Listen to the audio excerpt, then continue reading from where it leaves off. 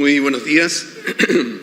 Estaba recordando cuando se hacía referencia al lema de este encuentro, que era el mismo del año 2019 que se suspendió, y yo justo en esa oportunidad como presidente del Banco Central iba a venir por primera vez a la ENADE, así que bueno, 4 años después afortunadamente lo estamos haciendo, aunque en otra capacidad. Espero que hayan visto el video sobre el Fondo de Reconstrucción. Es muy importante, ¿cierto?, el Fondo de Reconstrucción como una instancia de colaboración público-privada para la reconstrucción en todas las regiones afectadas por el incendio. Como se señala ahí, el Fondo de Reconstrucción permite no solamente donar en dinero, sino que donar en especie y hacerse cargo de proyectos de reconstrucción, y todo eso con los beneficios tributarios correspondientes. Así que allá afuera está nuestro stand para todos los que quieran los que requieran más información, para orientarlos sobre cómo poder apoyar en esta iniciativa. Bueno, hoy día no vamos a hablar yo por lo menos no voy a hablar de la coyuntura económica, ni de la inflación, ni del IMASEC.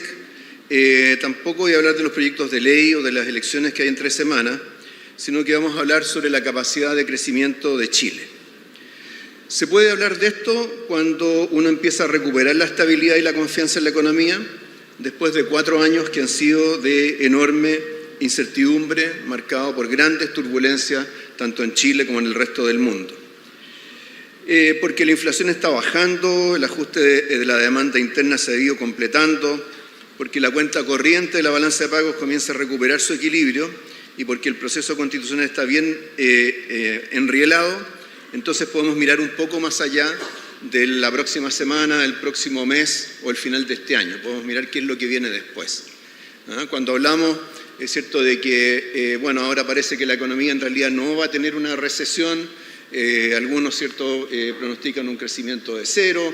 Cuando todo eso ocurre, cierto, entonces ya podemos preguntarnos no solo sobre el 2023, sino que sobre el 24, 25 y 26.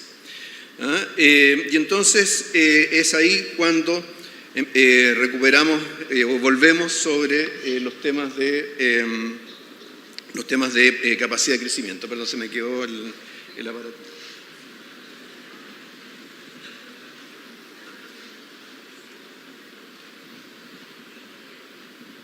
Muy bien. Entonces, bueno, cuando hablamos de crecimiento, por supuesto, es una palabra que nos convoca a muchos.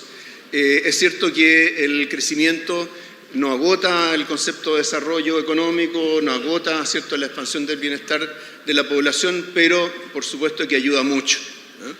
Y además, cuando hablamos de crecimiento, conectamos el presente con el pasado y con el futuro que vamos a enfrentar. Y en esta materia, ¿cierto?, lo que podemos ver es que entre la primera década del 2000 y la actualidad, no solamente las cifras efectivas de crecimiento han sido menores, sino que el crecimiento tendencial estimado ha decaído a menos de la mitad. Ha pasado de cifras cercanas al 5% a cifras que son inferiores al 2,5% anual. Ahí tenemos en el gráfico de la derecha, por ejemplo, las proyecciones de PIB tendencial de los distintos informes de política monetaria del Banco Central. Vemos cómo, es cierto, eso ha tendido a decaer en el tiempo. Y ha sido una caída rápida, ha sido una caída importante. De ninguna manera podemos minimizar ese ajuste. Ahora, los economistas, ¿cierto?, lo que tratan de hacer para explicar el crecimiento es hacer descomposiciones, tratan de identificar los determinantes del crecimiento económico.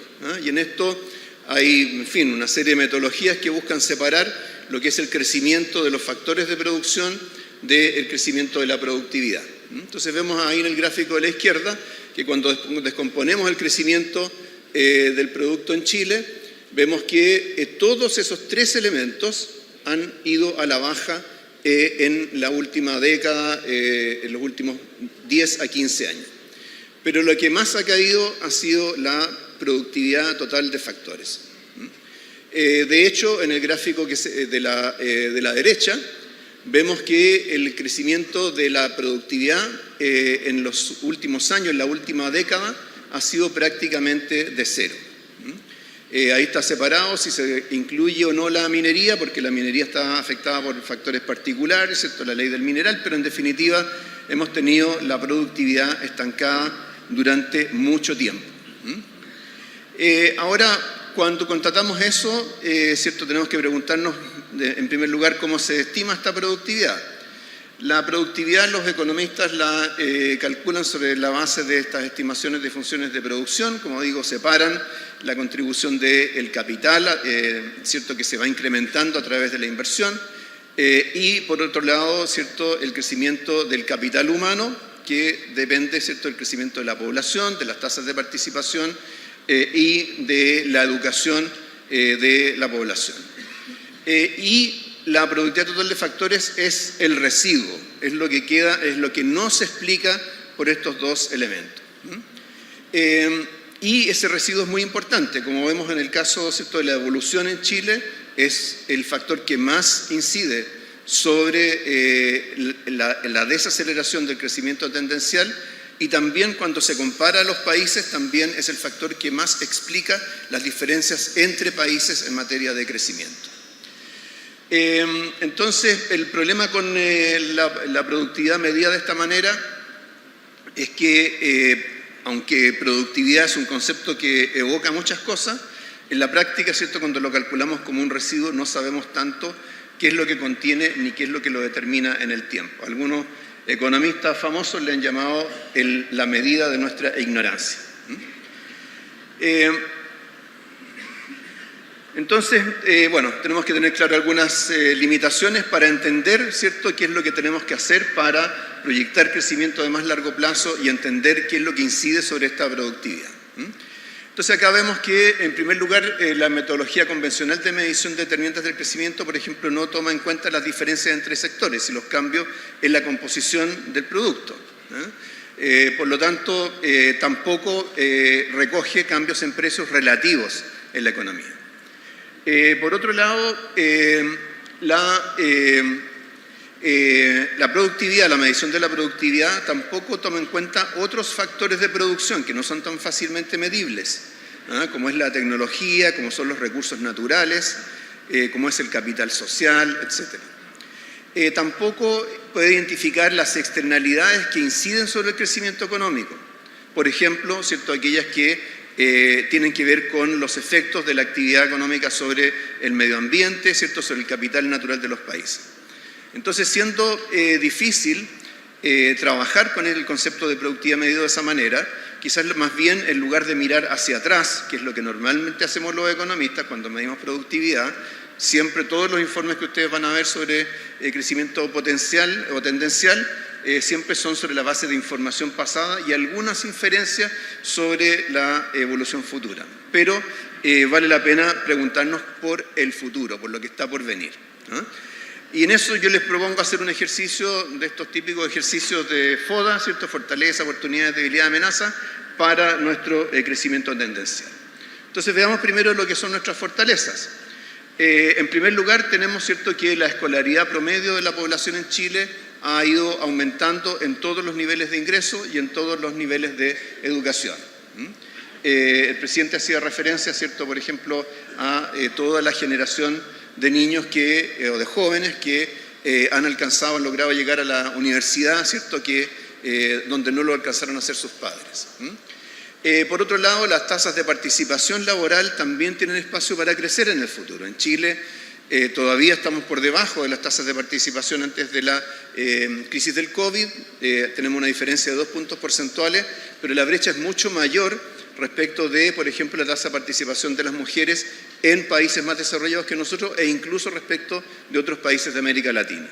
Tenemos, por lo tanto, la posibilidad también de incrementar nuestro capital humano aplicado a la producción a través del aumento de las tasas de participación. Por otra parte, también una ventaja, una fortaleza que tenemos es el cambio que está experimentando nuestra matriz energética. Hasta hace 10, 15 años atrás, ¿cierto?, éramos un país enteramente dependiente de la importación de combustibles fósiles.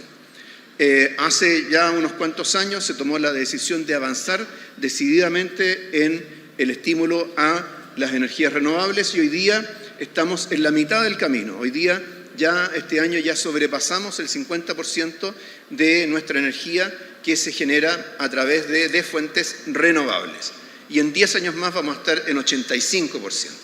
Ese es un cambio de enorme magnitud para este país, porque no solamente vamos a ser menos vulnerables a las fluctuaciones, ¿cierto?, de los precios internacionales del petróleo, etcétera, sino que además vamos a tener una fuente estable de energía renovable que nos va a permitir competir con el resto del mundo con productos verdes, generados con energías limpias. Entonces la transición energética va a tener ese efecto positivo en el crecimiento económico por distintas vías, también es una de nuestras fortalezas. También, a pesar de los escándalos, de los cuestionamientos, Chile sigue siendo, en el contexto de América Latina, un país con instituciones más sólidas en materia de riesgo, reflejado en la medición de riesgo económico, de riesgo político, de riesgo en el entorno financiero y en general riesgo país, diferencias bien apreciables respecto de otros países de nuestra región y también relativamente favorables comparado con muchos países emergentes. Entonces estas son algunas de nuestras fortalezas. ¿Dónde están nuestras debilidades? Bueno, primero la transición demográfica, ¿cierto?, va a hacer que en los próximos años va a seguir disminuyendo la población en edad de trabajar y al mismo tiempo va a ir aumentando la población de adultos mayores. Por lo tanto, las tasas de dependencia en Chile van a ir aumentando. Este es un fenómeno demográfico respecto del cual es bien poco lo que podemos hacer. ¿Cierto? La migración eventualmente puede cambiar algo estas trayectorias, pero en definitiva el envejecimiento de la población en Chile es un factor que nos juega en contra en materia de crecimiento tendencial. También en la minería, ¿cierto?, la ley de minerales de cobre, ¿cierto?, ha ido decayendo. Muchas de las inversiones que hoy día se hacen son para recuperar capacidad productiva ante, ¿cierto?, el agotamiento o el envejecimiento de nuestros yacimientos.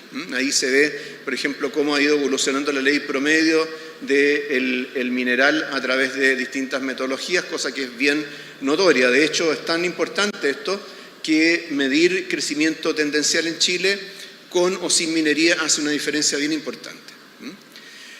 Por otro lado, ¿cierto?, a medida que nuestro país ha ido invirtiendo con el correr de los años, nuestro stock de capital se va volviendo cada vez mayor, por lo tanto la depreciación de ese stock de capital también va creciendo y de la inversión que vamos haciendo año a año, una proporción creciente de esa inversión va simplemente a reponer el capital que se va gastando o que va quedando obsoleto. Entonces necesitamos un esfuerzo de ahorro y de inversión mayor para acelerar la acumulación de capital. Y por último, algo que surgió mucho en las intervenciones previas, el tema de la confianza. Chile es un país que se ha caracterizado por muchos años, décadas, por un alto grado de desconfianza interpersonal. Ahí en ese gráfico de la izquierda uno podría decir, parece que mejoró un poco en los últimos 2 años, pero fíjense en la escala. La escala llega hasta 25% en ese gráfico, o sea, nosotros estamos rebotando en el fondo de la confianza interpersonal, en torno a cifras entre 10 y 15% de las personas que dice que en general se puede confiar en los demás. Y por otro lado, ¿cierto?, eso durante algún tiempo lo compensamos con una confianza en las instituciones, pero la confianza en las instituciones también ha ido cayendo por diversos factores que sobre los cuales no vamos a profundizar, pero creo que todos lo podemos reconocer.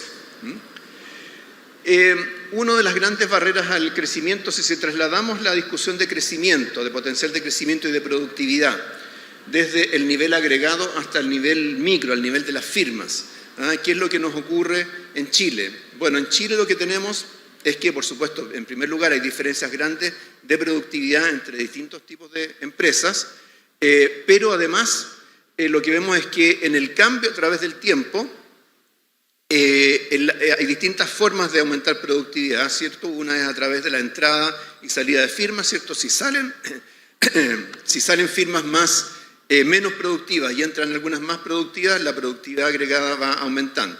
En Chile eso ocurre a una escala relativamente modesta, pero ocurre. Pero donde nosotros estamos al debe, claramente, es que las firmas que son más productivas no son necesariamente las que más crecen. o no crecen lo suficiente.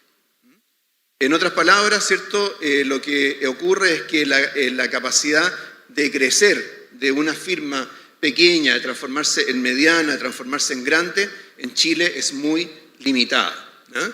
Y en eso tienen que ver muchos factores, tienen que ver las características de nuestro mercado y también inciden las políticas públicas. Cuando pensamos en políticas dirigidas a la pyme, siempre tenemos que pensar en cómo, no solamente en proteger a la pyme, sino que cómo ayudarla a que crezca o evitar que haya barreras al crecimiento de esas empresas. Vamos ahora a las oportunidades. Las oportunidades, bueno, ya se mencionaron en las intervenciones iniciales. La industria del litio está en auge. Chile lidera internacionalmente en producción y en reservas. Por supuesto, los precios han aumentado de manera extraordinaria, producto, ¿cierto?, del avance de la economía verde en el mundo, de la electromovilidad, la demanda por litio para la fabricación de baterías. Nosotros, el Estado, a través de los contratos que tiene con las empresas que explotan litio, obtiene ingresos por esa vía. Se ha celebrado mucho, ¿cierto?, los ingresos que se tuvieron durante el año pasado. Este año también van a ser ingresos importantes, pero también es relevante cómo el Estado invierte o reinvierte esos recursos.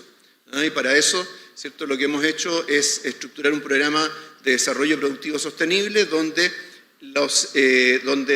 las rentas que obtiene el Estado del litio se reinvierten en otros temas en los cuales se requiere el aporte del Estado, por ejemplo, en la infraestructura necesaria para el desarrollo del hidrógeno verde.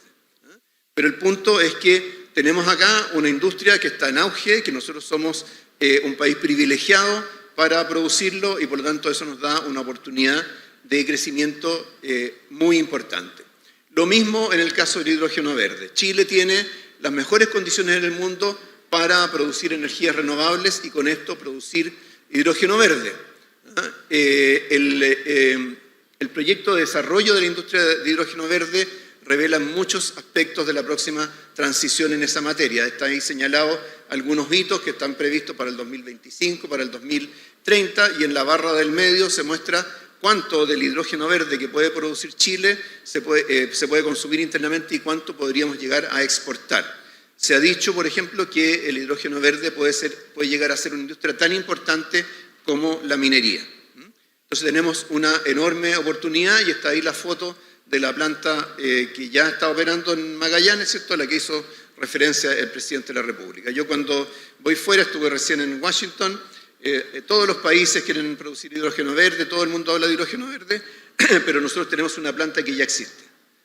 Y la idea es que llevemos la delantera en esa materia y si eso ocurre, vamos a tener una ventaja importante en materia de crecimiento.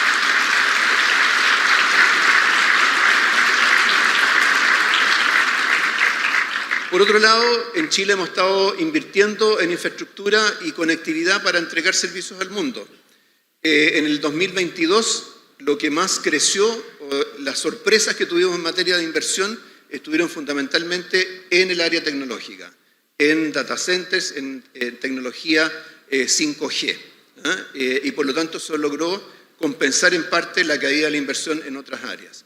Eso nos da una base para prestar servicios de enorme relevancia. Y por último, algo que a veces está ausente en nuestras conversaciones, pero que quizás los empresarios lo entienden mucho mejor que otros actores, el centralismo. Chile es un país que tiene una estructura con un nivel de centralismo que pesa en materia de productividad. Pesa para los permisos, pesa para las decisiones, pesa para la distribución de los recursos. Por lo tanto, una oportunidad que tenemos, estamos tan atrás en materia de descentralización que tenemos mucho que ganar de un avance significativo en materia de descentralización. Es una gran oportunidad. Finalmente, las amenazas. Las amenazas, bueno, por supuesto hay amenazas que vienen de afuera. Hay riesgos, ¿cierto?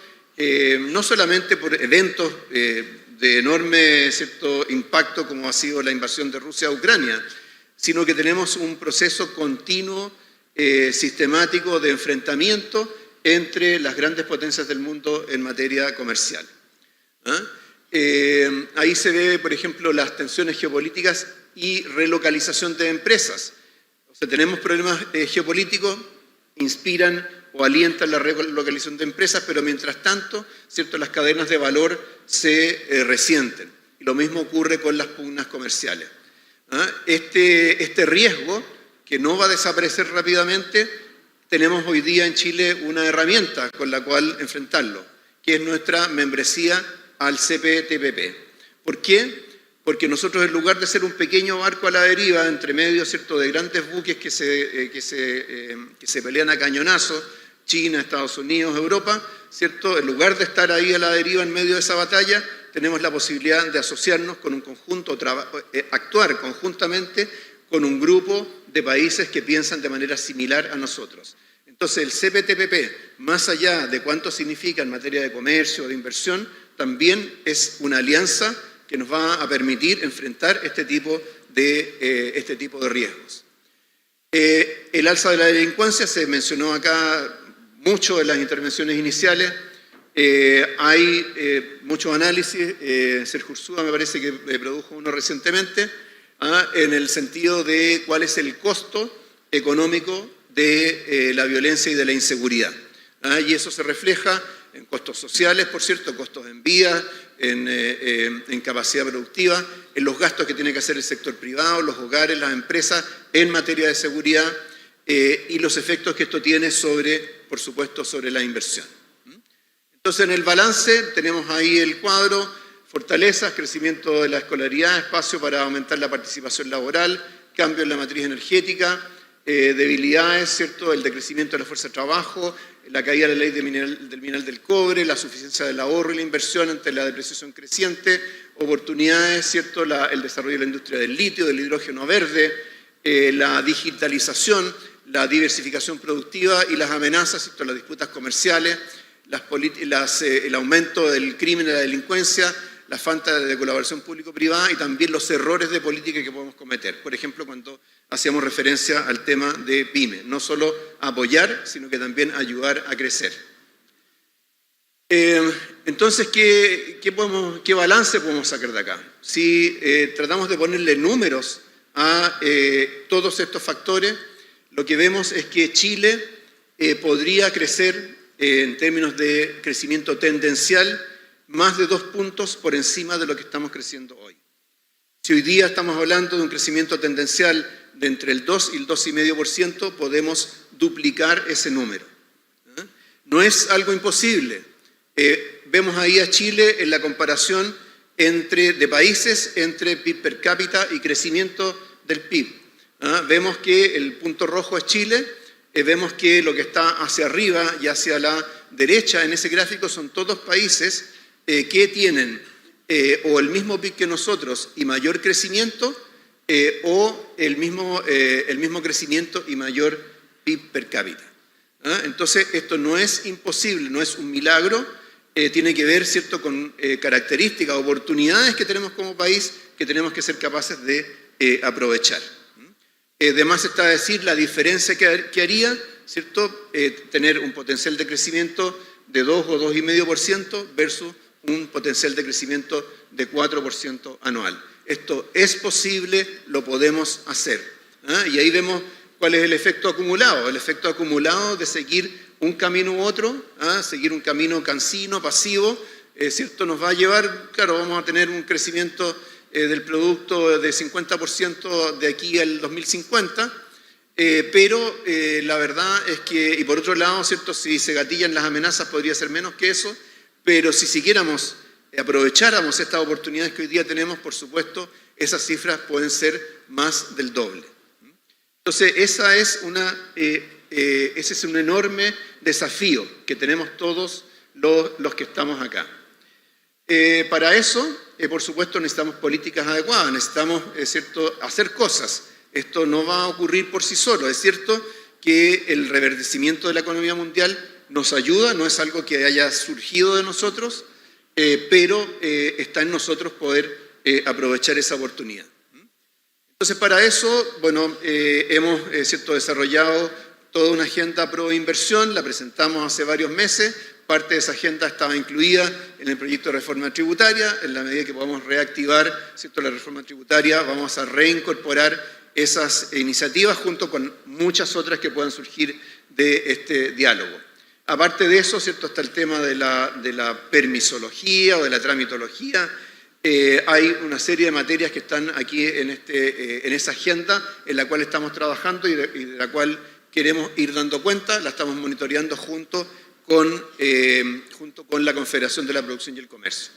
También con la CPC y la CUT trabajamos en esta agenda de productividad para hacernos cargo, ¿cierto?, de temas en los cuales estamos al debe en materia de productividad.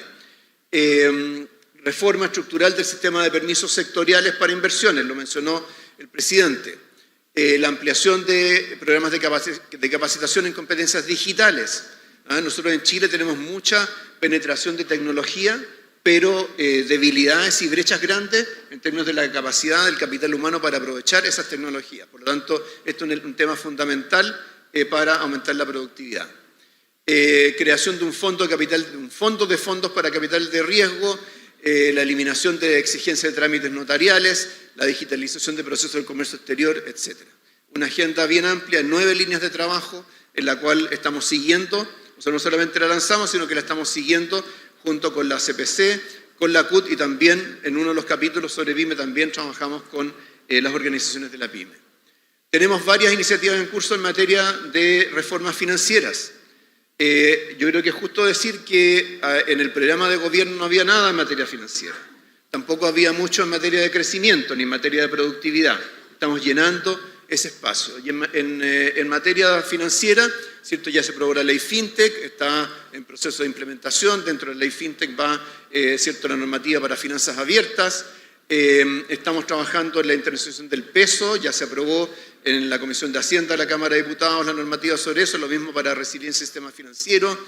Tenemos el modelo de 4 partes para los pagos minoristas, que ha costado sacarlo adelante, pero finalmente ya se va consolidando. En fin, tenemos también una agenda bien nutrida. Ayer se aprobó el proyecto de deudas consolidadas en la Comisión de Hacienda de la Cámara de Diputados. Aprovecho a agradecerle a los diputados que están acá presentes por haberle dado un tratamiento tan expedito. Y estamos elaborando políticas nacionales estructurales en varios temas clave. El presidente mencionó, mañana se da a conocer la política de litio y salares. En mayo se va a dar a conocer la política sobre hidrógeno verde.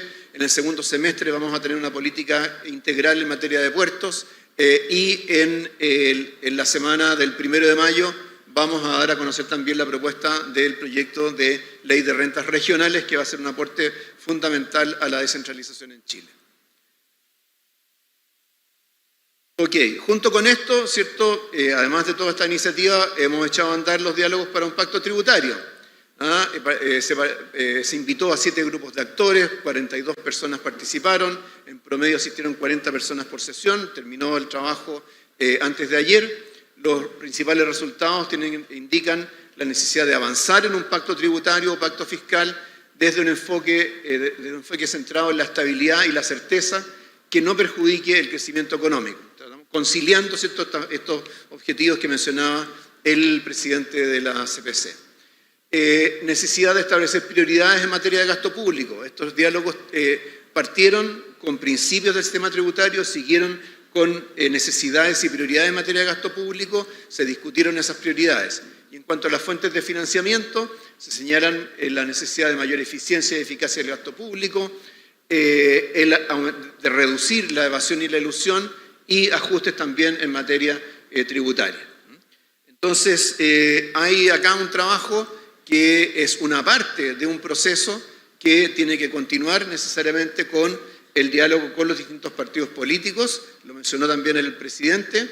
Eso lo vamos a tratar de acelerar especialmente después de las elecciones, porque ahora, ¿cierto?, los partidos están preocupados también de otras cosas, pero este es un proceso que tiene que continuar. Y quisiera plantear acá el desafío de que este sea un proceso que no se alargue indefinidamente, que no se alargue indefinidamente, porque esa extensión indefinida de las cosas no solamente afecta a la gente que quiere saber, ¿cierto?, al final, qué es lo que va a pasar con esta reforma, cuándo va a haber el financiamiento para la PGU, cuándo va a haber los recursos, ¿cierto?, para reducir más las listas de espera en los hospitales. También para los empresarios es fundamental. Nosotros estamos discutiendo en el Senado el royalty minero. Yo les decía a los senadores, yo cuando a mí me van a ver muchas compañías mineras o cuando salgo, tengo reuniones con compañías mineras. ¿Y qué es lo que me dicen? Tenemos proyectos de gran envergadura, pero nuestro problema es que cuando vamos donde nuestros accionistas y se los presentamos, nos preguntan, bueno, ¿y qué pasa con el royalty minero en Chile? No puede ser que después de 4 años todavía no podamos cerrar este tema. Hemos tenido gran convergencia en los temas. Vamos a presentar las últimas indicaciones la próxima semana, pero por favor, cerremos este tema, porque el hecho de que se discuta y se extiendan indefinidamente las cosas también significa que se nos pasa el carro, se nos pasa el tren. No podemos quedarnos abajo. Entonces, para eso, es cierto, es importante que podamos concluir esto. Ojalá que pudiéramos concluir todo este proceso al término de este primer semestre y podamos volver al Congreso Nacional con proyectos, iniciativas que nos interpreten, que sean expresión de ese acuerdo transversal del que se ha hablado, donde un acuerdo transversal no es solamente aquello que nos hace inmensamente felices, también un acuerdo transversal incluye aquello con lo cual podemos vivir. Y yo creo que esos dos principios es algo fundamental para que podamos tener acuerdos. Entonces, bueno, aquí hay un resumen de lo que acabo de señalar. ¿Cierto? Después de más de una década de crecimiento potencial decreciente, estancamiento de la productividad, tenemos hoy día la oportunidad de recuperar ese crecimiento tendencial. Hay parte de eso tiene que ver con la evolución en el mundo que nos está favoreciendo, pero nuevamente depende de nuestra capacidad de aprovecharla. La agenda de gobierno se ha ido poblando con iniciativas en pro de crecimiento, productividad, innovación, desarrollo financiero. No se ha agotado, hay muchas más cosas que con seguridad podríamos hacer, pero está bien alineada con los desarrollos globales, incluidos los compromisos con la sostenibilidad ambiental, la inclusión, la diversificación productiva. Hoy día la tensión que acostumbramos a ver en el pasado entre, por ejemplo, medio ambiente y crecimiento e inversión, hoy día esa es una tensión que se ha ido aflojando. ¿Por qué? Porque se valora la producción limpia, porque los productos ¿cierto? Que tienen esa garantía tienen ventajas en los mercados, porque quienes emiten deuda para financiar proyectos limpios están obteniendo puntos a favor en materia de spread de sus intereses. Entonces la inversión nacional y extranjera, pública y privada, van a ser claves para materializar estas oportunidades. Y dicho eso, quiero invitarlos a ver un pequeño video para que nos ayude a inspirarnos. Suddenly one day, I think Neil or somebody said, "Oh, Ringo's gone on holiday." I felt two things. I felt I wasn't playing great, and the other three were really happy, and I was an outsider. And so, I came to this decision, fuck it, I'm leaving. And so I went to see John, who was living in my apartment in Montague Square. I knocked on the door and I said, hi, we went in. I said, I'm leaving the group because, I feel like, unloved and out of it. And I'm not playing well and you three are really close. And he said, I thought it was you three. So, okay. And then I went over to Paul's and knocked on his door. I said the same thing. I said, I'm leaving the band. I feel, you three guys are really close and I'm out of it. And he said, I thought it was you three. So we had to kind of reassure him that we did think he was great. I mean, that's what it's like in life. You go through life, you never stop and say, hey, you know what, I think you were great. Well, I don't think we'd ever done any of that with Ringo. It'd always just been, yeah, he's great, he's good. And he felt insecure, so we had to, and he left. So we had to kind of go and sort of say, no, you're great, man, you're the best. And then he said, oh, thank you. I think he was pleased to hear that. And I knew we were just in a messed up stage, all of us, then. It wasn't just me, it was the whole thing was going down. And I came back and went in the studio, and George had it decked out with flowers. It's just flowers everywhere. And John had sent me telegrams saying, "You're the best rock drummer, come on home." and I just felt good about myself again. And we'd got through that little crisis, and it was great. And then the White Album really took off, and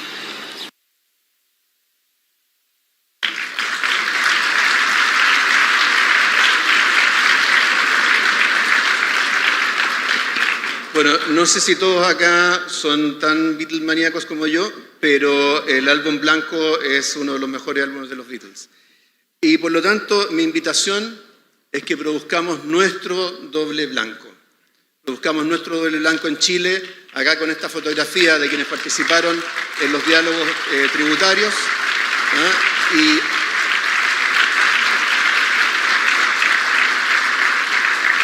valoremos lo que somos, valoremos lo que son los demás. Aquí hay empresarios, empresarias que hacen grandes cosas. Trabajemos juntos, abandonemos, ¿cierto?, los prejuicios, abandonemos la desconfianza, no nos taimemos, no hagamos tiempo, salgamos a hacer nuestro doble blanco. Muchas gracias.